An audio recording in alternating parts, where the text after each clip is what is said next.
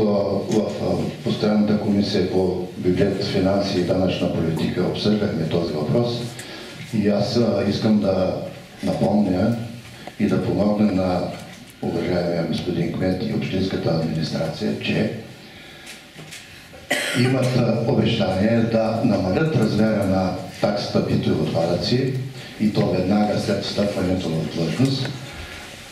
И възможността все още съществува, тъй като всички местни данъци и размера на таксата битови отпадъци, които се събират от физическите и юридически лица, трябва да бъдат приети до края на предходната година. Затова нашето предложение, след като го обсъждахме и в групата на ГЕРБ, да проведем една извънредна сесия, в която да видим как се изпълняват дадените обещания с съответна промяна в наредбата за местните такси и цени на услуги. Има такава възможност някъде до края на годината, 14-дневния срок, извършена промяна, поставена за публично обсъждане и действително да помогне на общинската администрация да се изпълни обещанията, които са поели в периода преди тази година. Има нов общински съвет, има реформатори в новия общински съвет, които казаха, че ще правят реформи и според мен очакванията на гражданите, така както беше обещано от кандидатите за общински съветници, да се променят размерите на данъчните задължения един път и втори път размера на таксата за битови отпадъци. Затова, ако наистина искаме да покажем, че има общински съвет нов, който поддържа спечелилите мнозинството в град Добрич, да подготви кмета да направи предложение за промени в наредбата за данъците, които ще действат през 2016 година и наредбата за таксите и цените на услугите. Наистина гражданите на град Добрич да разберат, че предстоят сериозни реформи. Тъй като изискванията са, че всички тези наредби, които приема Общинския съвет, трябва да бъдат 14-дневен срок поставени на сайта на общината и да се направи съответно обсъждане, се направят предложения. Затова предлагам на 29 или на 30, след като кмета и общинската администрация предложат изменения в наредбата за данъците и наредбата за таксите и цените на услугите и действително гражданите на Добрич да кажат да, обещанията са действащи и да направят съответните промени, като се надявам, че те ще бъдат в намаление.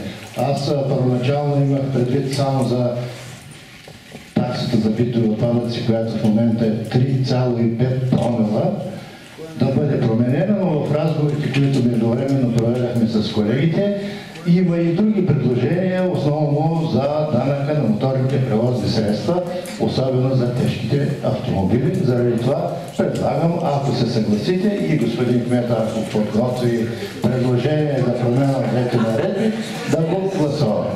Ще кажа, че когато участвах в предизборната кампания в рамките на реформаторския блок, никога не съм казал, че трябва да бъде намалена таксата за битовите отпадъци. Напротив, навсякъде съм обяснявал, че големият проблем в Добрич е, че таксата за битови отпадъци се определя по несправедлива методика. Тоест, ние не търсим числото, а търсим начина на неговото определение. Това е първото. И второто, истинската промяна, която аз обещавах на гражданите на Добрич, когато участвах в изборната кампания, е гражданите на Добрич да могат най-после да формират политиките на управлението на Добрич. Заради което в моите представи истинската промяна е да започнем мащабни обществени обсъждания, да стимулираме гражданите да ни предизвикват на обществени обсъждания, да ни дават своите предложения и в крайна сметка да вземем решения, за които да сме сигурни, че удовлетворяват най-голямата част от гражданите на Добрич. Цялото ми уважение към господин Колев, ще приема неговите слова като една закачка. като закачка, защото вие много добре знаете, че няма как общинската администрация и в лицето на кмета за утре да подготвят тези промени. И тук е въпросът да попитам 8 години кои хора бяха инициаторите да се вдигат данъците, местни данъци и такси в община Добрич. Аз лично от тази трибуна неколкократно съм настоявал за контрол върху дейности по чистотата, настоявал съм за намаляне на такси битови отпадъци. Нека да вземем време на администрацията да направят един сериозен анализ и според мен не е възможно в една тематична сесия. Трябва за всеки един данък да направим отделна тематична сесия, защото това е сериозното, което очакват гражданите. Благодаря ви. Какво да ви кажа, прием продължението на господин Колев, това означава, че от утре до 30 включително трябва да публичното обсъждане и на 31 на вечерята на годишната нощ да се съберем заедно, за да вземем такова решение, което е сериозно. Но иначе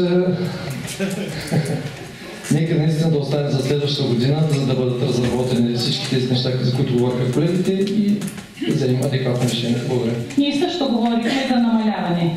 Но мисля действително, че в момент не съм продължила и не съм свършила. Но мисля, че в случая действително тук си подхвърляме закачки.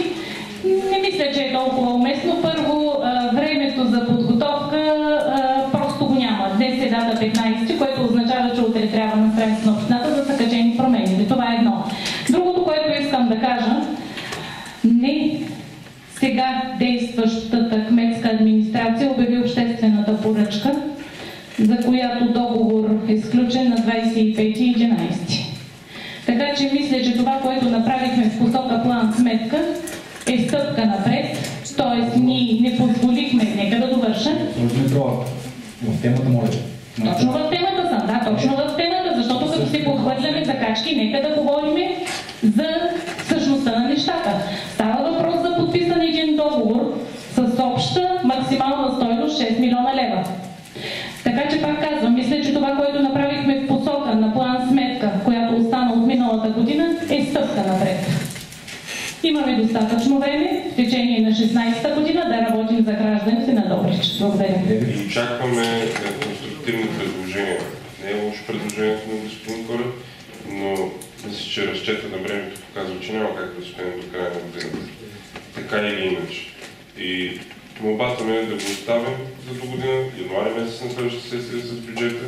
Можем съвсем спокойно да направим една тематична сесия, да ги изговорим нещата, да направим разчета за местните по финансите, целият екип, ако трябва ще спим тук, но да бъдем конструктивни. Благодаря. Благодаря. Наистина посоката, в която вървим, е правилна. Аз исках да насоча вниманието към данъците на тежкотоварните автомобили, добре да се разгледат. Аз съм един, от който е гласувал за решението на данъци на МПС-та в още в първия си мандат, обаче пропуснахме и допуснахме една много сериозна грешка. Тежкотоварни автомобили на територията на община Добрич, знаете, че почти не вървят заради самия закон за движение по пътища. А те плащат много сериозен данък, защото заради самото естество на налога. И затова така чисто пожелателно и насочване на внимание на администрацията да се разгледат точно тези автомобили, данъците, автомобилите, които не ползват общинска пътна мрежа, а плащат данъци в общината.